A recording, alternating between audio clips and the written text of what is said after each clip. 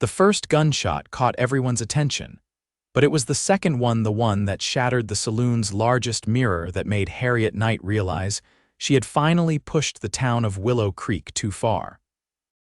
It was 1878 in the Colorado Territory, and while the West was indeed wild, most folks still expected a certain level of decorum from their women. "You've done it now, Miss Knight," Sheriff Porter bellowed, his mustache quivering with rage as he pushed through the swinging doors. "That's the third establishment you've torn up this month." Harriet's emerald eyes flashed defiantly as she tucked her small silver pistol back into the hidden pocket of her riding skirt. The remnants of a poker game lay scattered across the floor: cards, chips, and the now empty whiskey bottle she had smashed against the table when she caught Lester Thompson cheating. "He was marking cards, Sheriff," Harriet replied coolly, blowing a strand of copper hair from her flushed face. "I won that money fair, and he tried to take it back with an ace he pulled from his boot." The saloon had fallen silent, save for the creak of floorboards as the sheriff approached. At 22, Harriet had earned quite the reputation in Willow Creek. Orphaned at 16 and left to manage her father's small ranch alone, she'd learned to ride, shoot, and swear better than most men in the territory. The fine dresses her mother had sewn gathered dust in trunks, while Harriet preferred split riding skirts and sturdy boots that allowed her to work her land without constraint. "I don't care if he was pulling aces from his ears, Miss Knight. Decent women don't frequent saloons, they don't gamble, and they certainly don't discharge firearms indoors." The sheriff's weathered face reddened as he pointed toward the door. "The town council's meeting tomorrow, and I promise you they've had enough of your wild ways." As Harriet gathered her winnings and strode toward the door, whispers followed her like shadows. "Wild girl," someone muttered, "more trouble than she's worth." She pretended not to hear, but the words stung more than she cared to admit. Outside, the late afternoon sun cast long shadows across Willow Creek's Main Street. Harriet untied her chestnut mare from the hitching post and swung into the saddle with practiced ease. The 5-mile ride back to her ranch gave her plenty of time to fume. It wasn't fair. The men in town could drink, gamble, and even shoot up a place when the mood struck them, and all they got was a night in jail to sleep it off. But because she was a woman, everything she did was scrutinized, judged, and found wanting. By the time the modest ranch house came into view, Harriet had made up her mind. She would attend the town council meeting tomorrow and give them a piece of her mind. If they thought she was wild now, they hadn't seen anything yet. Morning came with a crisp September chill. Harriet completed her chores with efficient determination, feeding the horses and checking on the small herd of cattle, before changing into her best riding outfit, a deep forest green split skirt and matching jacket over a cream blouse. If she was going to face down the town council, she'd do it looking her best. The council meeting was already underway when Harriet arrived at the town hall. She slipped in quietly, taking a seat in the back row, ignoring the disapproving glances from the matrons of Willow Creek. Mayor Higgins, a portly man with an impressive mustache, was addressing the gathered townsfolk. And now to the matter of the disturbance at the Silver Dollar Saloon yesterday evening. His gaze landed on Harriet. "Miss Knight, I believe you have some explaining to do." Harriet rose to her feet, chin lifted. "I caught a man cheating at cards, Mayor. Where I come from, that's grounds for where you come from," interrupted Mrs. Perkins, the banker's wife, "doesn't seem to have taught you how a lady behaves." A chorus of agreements rippled through the room, and Harriet felt her cheeks flush hot with anger and embarrassment. Mayor Higgins cleared his throat. "Miss Knight, this council has decided that your behavior has become disruptive to the peace and prosperity of Willow Creek. We believe it would be best if you considered selling your ranch and perhaps relocating to a larger city where your unique temperament might be better accommodated." The room fell silent as Harriet processed his words. They wanted her gone. After everything she'd endured to keep her father's ranch running, they wanted to push her out because she didn't fit their narrow view of womanhood. "I will not sell my ranch," she declared, her voice steady despite the emotion churning inside her. That land has been in my family for 15 years. I've worked it alone since my father died, and I've never once failed to pay my taxes or contribute to this town. No one is questioning your industry, Miss Knight, the mayor said with forced patience. It's your behavior that concerns us. A young woman living alone, dressing as you do, frequenting establishments meant for men because I have to. Harriet's composure finally cracked. Do you think I enjoy having to fight for every scrap of respect? Do you think I wouldn't rather have a normal life, with— She stopped herself, unwilling to reveal the loneliness that sometimes threatened to consume her. Before anyone could respond, the town hall doors swung open, and a tall figure strode in, bringing with him the scent of leather, horses, and the open range. "Sorry I'm late, folks," said a deep voice that seemed to resonate through the room. "Trail dust makes for slow riding." Every head turned to look at the newcomer, a man Harriet had never seen before. He was tall, broad-shouldered, with sun-bronzed skin and eyes the color of a summer sky. His dark hair curled slightly beneath the brim of a well-worn Stetson, and the stubble on his jaw suggested several days on the trail. Mayor Higgins's demeanor changed instantly. "Mr. Cooper, we weren't expecting you until next week." The stranger Cooper offered an easy smile that seemed to light up his weathered face. "Cattle drive finished early. Thought I'd come see about that land purchase we discussed." Harriet's attention sharpened. Land purchase? Was this man looking to buy property in Willow Creek? The mayor gestured to an empty chair near the front. "Please join us. We were just discussing a local matter." As Cooper moved to take his seat, his gaze swept the room and locked with Harriet's for a brief moment. Something in his expression, a flicker of interest, perhaps even admiration, made her stand a little straighter. "Don't let me interrupt," Cooper said, settling into the chair. "Seems like an important discussion." Mayor Higgins cleared his throat uncomfortably. "Yes, well, as I was saying, Miss Knight, the council feels, if I might interject," Cooper interrupted, turning to look directly at Harriet again. "I couldn't help overhearing. You run a ranch by yourself, madam," Harriet nodded, surprised by his interest. "5 years now since my father passed." Cooper let out a low whistle of appreciation. "That's mighty impressive. Ranching's hard enough work with a full crew." His simple acknowledgement of her efforts, something the townspeople had never offered, momentarily left Harriet speechless. Mayor Higgins looked displeased by the interruption. "Mr. Cooper, I assure you, this is a local matter, actually," Cooper said, rising to his feet with fluid grace. "I think it might relate to my business here. I'm looking for good grazing land with a competent manager." He turned to Harriet. "Miss Knight, is it? I'd be interested in seeing your operation if you're amenable." The council room erupted in murmurs. Harriet studied the stranger, trying to determine if this was some kind of trick, but there was something disarmingly honest in those blue eyes.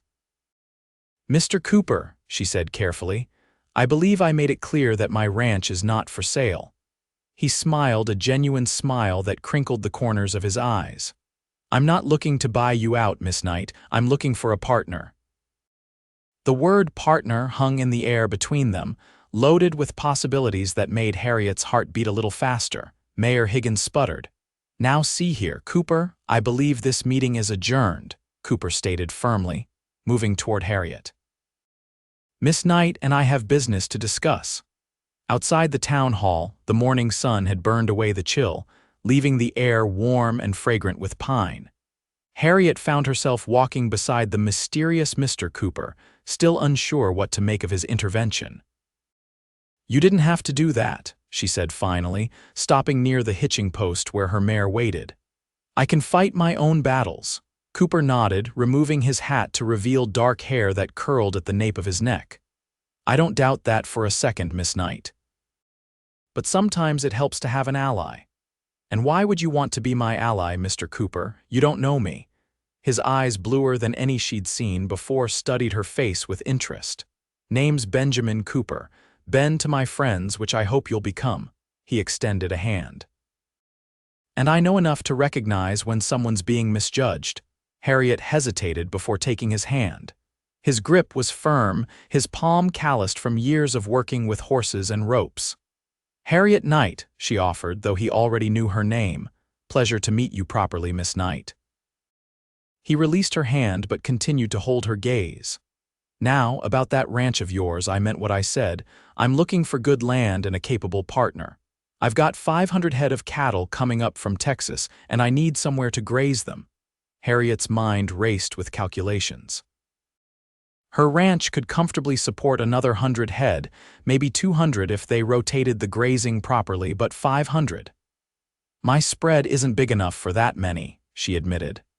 "I noticed the Henderson place adjacent to yours is for sale," Ben replied.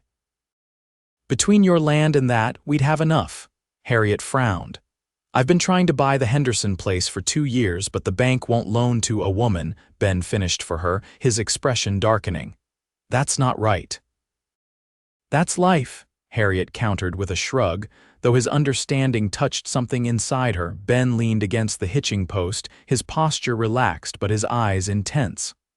"What if we pooled our resources? I've got the capital from the cattle sale. You've got the experience and knowledge of the land. Seems to me we could help each other out." Harriet's instinct was to refuse. She'd learned the hard way not to trust easily, especially men who offered solutions that seemed too good to be true. But there was something about Benjamin Cooper that felt different from the other men she'd encountered. "Why would you want to partner with me?" she asked bluntly. "According to the good people of Willow Creek, I'm nothing but trouble." A slow smile spread across Ben's face, warming his eyes. "I heard what they called you back there. Wild girl, wasn't it?" When Harriet nodded stiffly, his smile widened. "Well, Miss Knight, in my experience, it's the wild ones who get things done in this country." Despite herself, Harriet felt a smile tugging at her lips. "You're not what I expected, Mr. Cooper." "Ben," he corrected gently. "And what did you expect?" "Someone like them," she said, nodding toward the town hall. "Someone who thinks a woman's place is in the kitchen, not on horseback." Ben's laugh was deep and genuine. "My mother ran our family ranch in Texas for 10 years after my father died. She could outride, outshoot, and outwork most men half her age." His expression grew serious. "I judge people by what they can do, not by what others say they should do." For the first time in years, Harriet felt understood. It was a heady, dangerous feeling. "I'll consider your offer," she said cautiously, "but I'd need to see your cattle, understand your plans in detail." "Fair enough," Ben agreed readily. "My herd's about 3 days' ride south. I came ahead to secure the land." He hesitated, then added, "I'd welcome your company on the ride back to see them if you're willing." 3 days on the trail with a man she'd just met.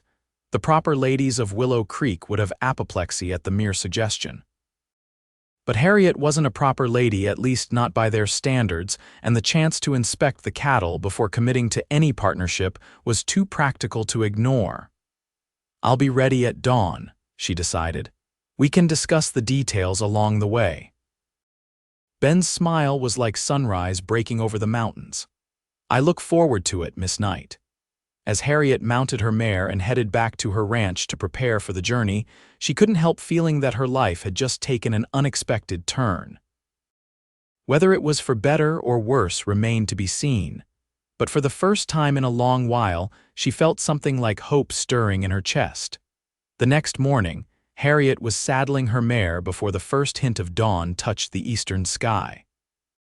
She had packed light a bedroll, spare clothes, ammunition for her rifle, and enough provisions for several days. The ranch hands she occasionally hired for branding and roundup, 2 brothers named Jed and Tom Wilson, had agreed to watch over the place in her absence. "Miss Harriet," Jed had said when she explained her plans, concern evident in his weathered face, "you sure about riding out with this stranger? Folks in town are already talking." "Let them talk," Harriet had replied with more confidence than she felt. "This is business, Jed, nothing more." Now, as she tightened the cinch on her saddle, she wondered if she was being foolish. She knew nothing about Benjamin Cooper beyond what he'd told her, which wasn't much. He could be a rustler or worse. Yet something in her gut told her to trust him. In 5 years of running the ranch alone, that instinct had rarely steered her wrong.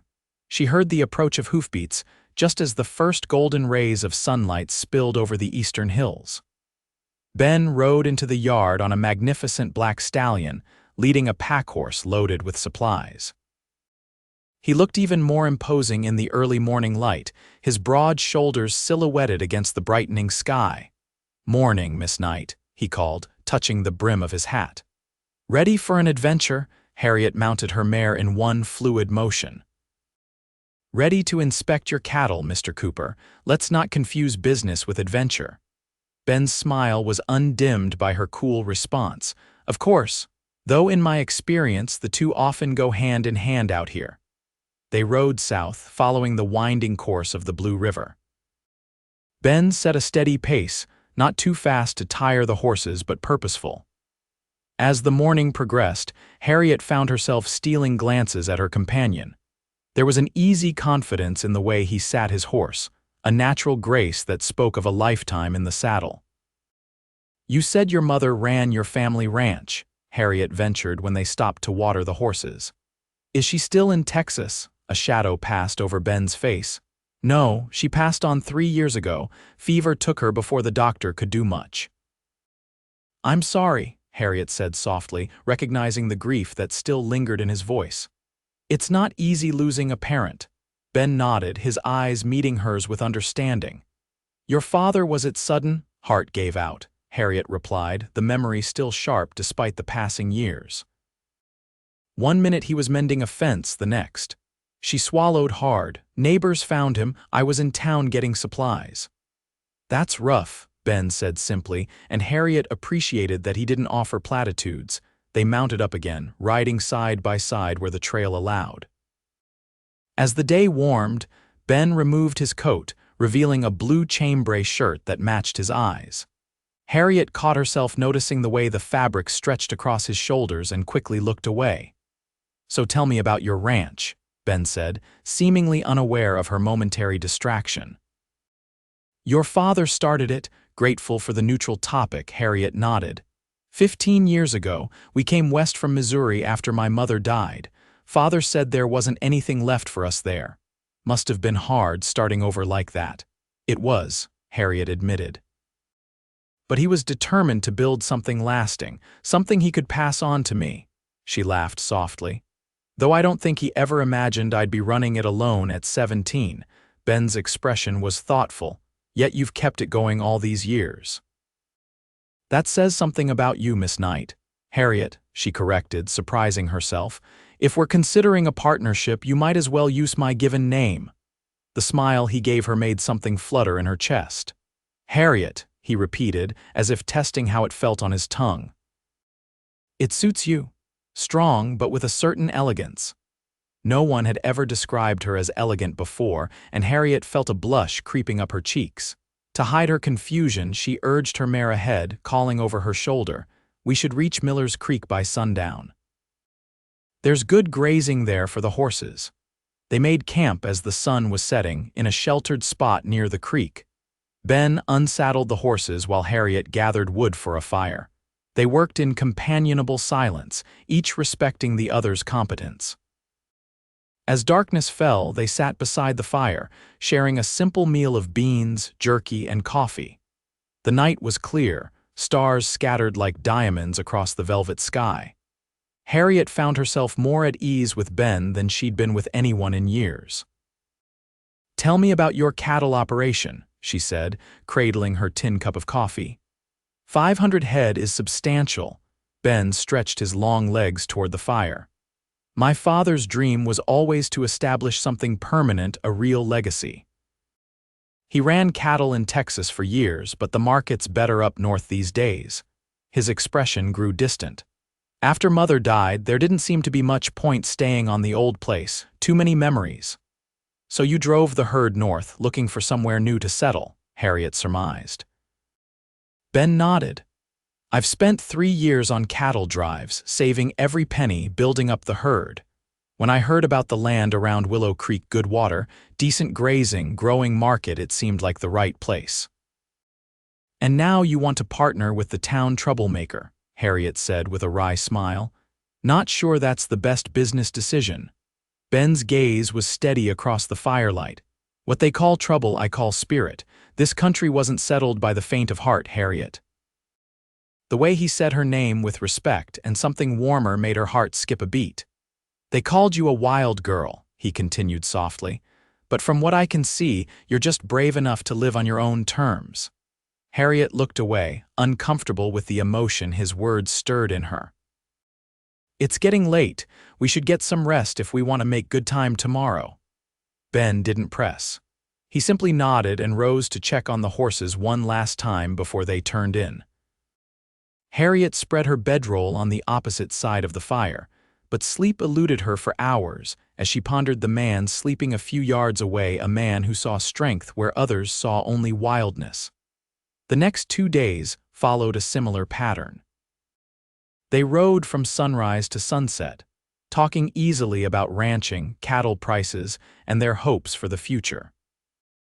Harriet found herself sharing stories she hadn't told anyone about her mother's death when she was 12, about the struggles to keep the ranch after her father died, about the lonely nights when the weight of responsibility felt crushing. In turn, Ben told her about growing up in Texas, about the lessons his mother had taught him after his father's death, about his determination to build something meaningful with his life. There was an openness about him that Harriet found both refreshing and slightly terrifying. By the time they crested the ridge overlooking the valley where Ben's cattle were grazing, Harriet had to admit to herself that her interest in Benjamin Cooper had grown far beyond the potential business partnership. The realization was unsettling. There they are, Ben said proudly, gesturing to the sea of red-brown backs dotting the valley below. 500 head of the finest longhorns Texas has to offer. Harriet surveyed the herd with an expert eye. Even from a distance, she could see they were well-bred, well-fed animals. Impressive, she acknowledged. Who's watching over them? My trail boss, Miguel, and 4 hands, Ben replied. Good men, all of them. They're planning to settle in the area too if things work out. They rode down into the valley, where they were greeted by a weathered Mexican man with iron gray hair and keen dark eyes. Miguel Vasquez had worked with Ben's father for 20 years, and his knowledge of cattle was evident in every word he spoke as he showed Harriet around the herd. Miss Knight knows her cattle, Miguel remarked to Ben after Harriet had asked several detailed questions about breeding and feed requirements. That she does, Ben agreed, his eyes following Harriet as she examined a nearby heifer. That's why I'm hoping she'll agree to this partnership. They spent the day with the herd, and Harriet had to admit that everything she saw impressed her. The cattle were healthy, the men competent, and Ben's plans for expanding onto the Henderson property adjacent to her ranch were sound. That evening, they joined Miguel and the other hands around a large campfire. The men welcomed Harriet without a hint of the condescension she so often encountered in Willow Creek. They treated her as an equal, a rancher whose opinions mattered. After dinner, as the hands began sharing stories and Miguel brought out a battered guitar, Ben touched Harriet's elbow gently. Walk with me. The night was mild, the moon nearly full, casting silver light across the valley. They strolled away from the camp, close enough to hear the distant strains of Miguel's guitar but far enough for privacy. What do you think? Ben asked as they stopped near a stand of cottonwoods. About the cattle, the men, the plan. Harriet considered her answer carefully. The operation is impressive, better than I expected, honestly. But, Ben prompted, sensing her hesitation. But partnerships are complicated, Harriet said slowly. Especially when. She trailed off, unsure how to articulate the confusion of emotions she was feeling. Ben stepped closer, his face solemn in the moonlight. Especially when there might be more than business between the partners, Harriet's breath caught. So he had felt it too, this growing attraction, this sense of connection that went beyond practical considerations. I don't know how to do this, Ben, she admitted softly. I've spent 5 years proving I don't need anyone, fighting to be taken seriously as a rancher, not just as a woman, if we partner and then. She gestured vaguely between them, and then feelings complicate things, Ben finished for her. I understand the concern. But Harriet, did it ever occur to you that finding someone who respects your strength might make you stronger, not weaker? The question struck her like a physical blow. No, it hadn't occurred to her. Every man she'd encountered since her father's death had either tried to take advantage of her, patronize her, or change her. The idea of someone simply accepting her wild ways and all seemed too good to be true. They called you a wild girl, Ben said, echoing his words from that first day.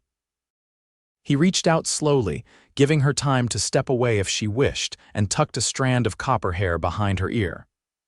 And I thought then what I think now, that your spirit is the most beautiful thing about you. Don't let anyone tame that, Harriet, not even me. Harriet felt tears sting her eyes, overwhelmed by his understanding. What are you saying, Ben?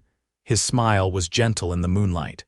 I'm saying that I'd be honored to be your business partner, no matter what else happens between us. And I'm saying that if you wanted to explore what else might be possible. He trailed off, then finished simply, I'd be even more honored. Something shifted in Harriet's heart, a wall beginning to crumble, a door starting to open. For years, she'd believed that being strong meant being alone. Now, looking into Ben's eyes, she wondered if perhaps the greatest strength lay in having the courage to let someone in. I think, she said carefully, that I'd like to try, both the partnership and whatever else might develop. Ben's smile could have outshone the moon. Slowly, giving her every chance to pull away, he lowered his head until their lips were inches apart. Harriet Knight, he whispered, they called you a wild girl. I say run wild straight into my heart. Their first kiss was gentle, a question more than a demand. When Harriet responded, rising on tiptoe to press more firmly against his lips, Ben's arms encircled her waist, drawing her closer. The kiss deepened, awakening feelings Harriet had long suppressed in her determination to survive on her own.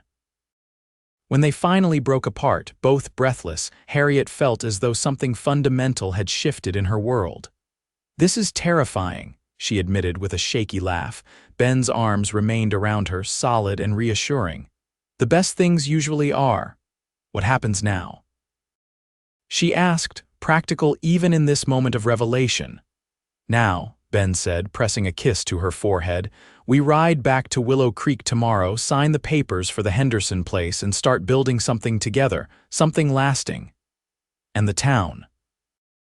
They already think I'm beyond redemption. What will they say when they learn I've gone into business with a man I barely know? Ben's laugh rumbled through his chest. They'll talk, that's certain. But I suspect they'll be too busy eating their words when our ranch becomes the most successful operation in the territory. Our ranch, Harriet repeated, liking the sound of it. Knight and Cooper. Cooper and Knight rolls off the tongue better, Ben teased, earning himself a light punch to the arm. We'll discuss the name, Harriet said primly, then ruined the effect by laughing.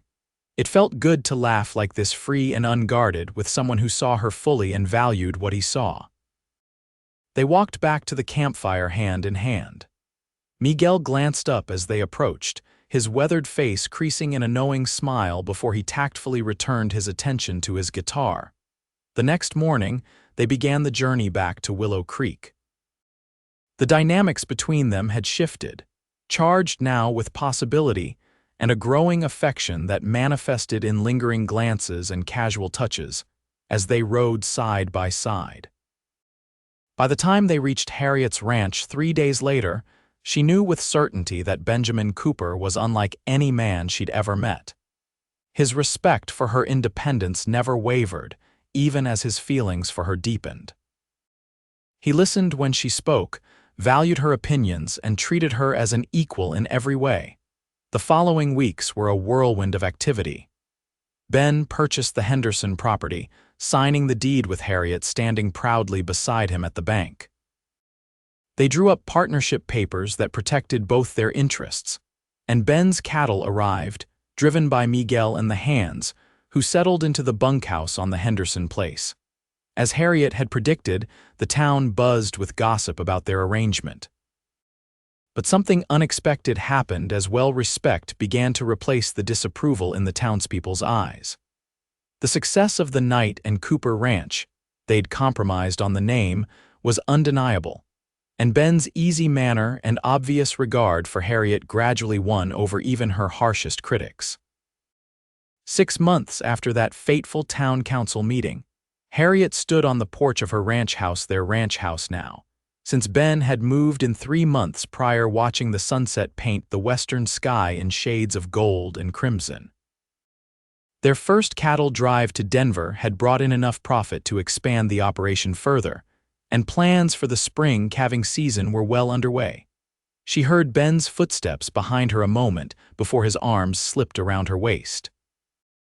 "Penny for your thoughts," he murmured, pressing a kiss to her temple. Harriet leaned back against his solid warmth. "I was just thinking about how much has changed. A year ago, I was fighting the whole town alone. Now you're still fighting," Ben said with a chuckle, "but you've got reinforcements." Harriet turned in his arms to face him. The months of working side by side had only deepened her feelings for this man who had seen her wildness as strength. "I love you," she said simply. It wasn't the first time she'd said the words, but they still felt new and precious each time. Ben's eyes softened. "I love you too, Harriet, more than I thought possible." He reached into his pocket and pulled out a small object that glinted in the fading light. "Which is why I was hoping you might consider making this partnership permanent." Harriet's breath caught as she looked down at the simple gold band in his palm. "Ben, marry me, Harriet," he said, his voice husky with emotion. "Be my wife, my partner in everything. Let's build our legacy together." Tears blurred Harriet's vision as she nodded, too overwhelmed to speak. Ben slipped the ring onto her finger, then sealed the promise with a kiss that spoke of all the tomorrows stretching before them. Later that night, as they lay tangled together in the quiet darkness of their bedroom, Harriet traced the contours of Ben's face with gentle fingers. "Do you ever regret it?" she asked softly. "Partnering with the wild girl of Willow Creek." Ben caught her hand and pressed a kiss to her palm. "Never. You know what I told Miguel the first night we met? I said I'd finally found a woman with enough fire in her soul to match the fire in mine." His arms tightened around her. "They called you wild, Harriet, but I called you mine. And I thank God every day that you ran wild straight into my heart." As she drifted towards sleep in the circle of his arms, Harriet Knight, soon to be Harriet Cooper, reflected that sometimes the wildest choice a person could make was to trust, to love, to build a life with someone who valued them exactly as they were. And in a land as untamed as the West, perhaps that was the greatest adventure of all.